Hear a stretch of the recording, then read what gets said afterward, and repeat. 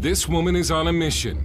She's not a Muslim, and her Muslim dress is a disguise.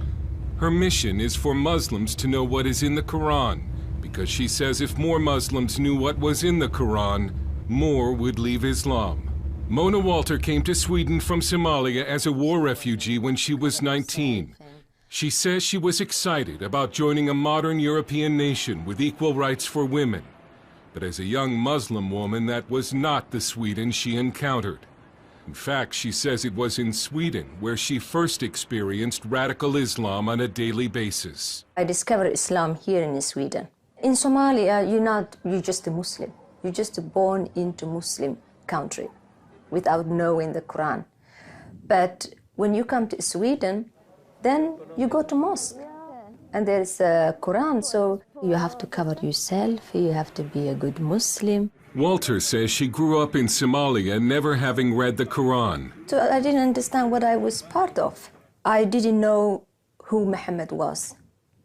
I didn't know who Allah was. So when I found out, I was upset, I was sad, and I was disappointed.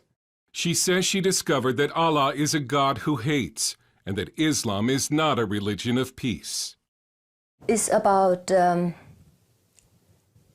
hating and killing those who disagree with Islam. It's about conquering.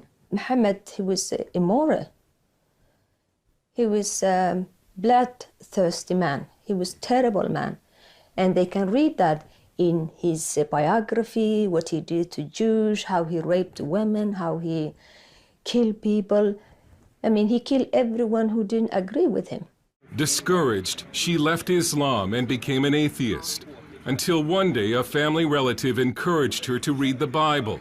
She still remembers the first time she read Matthew chapter 5, verse 44, where Jesus said to love your enemies and pray for those who persecute you. It was very strange for me, love your enemy, because in Islam you have to kill your enemy.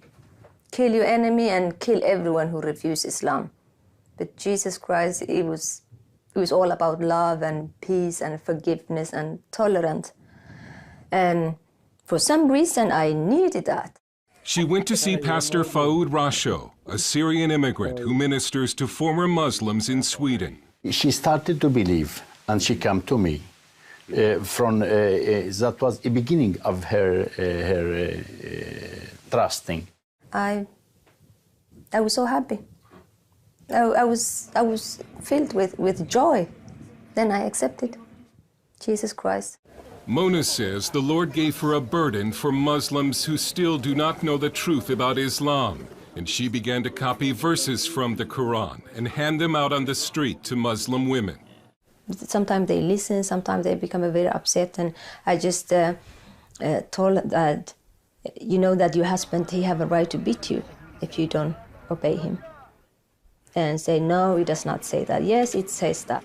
I thought that if I tell them about Muhammad and about the Quran and this God of Islam who hates, who kills, who discriminates women, maybe they will have a choice and leave. But in politically correct Sweden, Mona Walter has come under attack for simply telling Muslims what is in the Quran.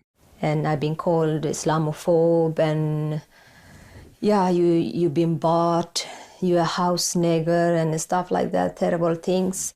She has also been called a racist. Walter warns that Islamic radicalism is a serious threat in Sweden and says Swedish society should care more about women trapped in Islam. They will think like, oh, we're in Sweden, we have a freedom of religion. But Muslim women don't have a freedom of religion. They live under the law of Allah, not under Swedish law.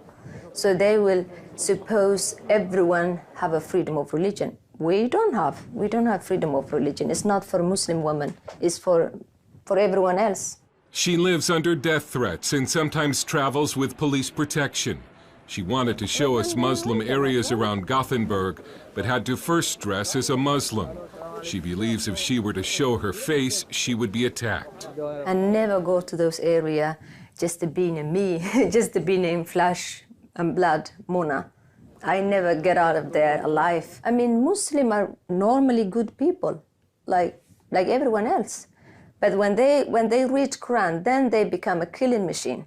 This so-called ISIS or Al-Shabaab or Boko Haram, they're not extremists, they're not fanatical, or they're just a good Muslim who follow the teachings of Islam. The Prophet Muhammad, he did that. They're doing just what he did. Walter now uses videos and speaking appearances to spread her message, and she says she won't stop, even though her life is in danger. Dale Hurd, CBN News, in Gothenburg, Sweden.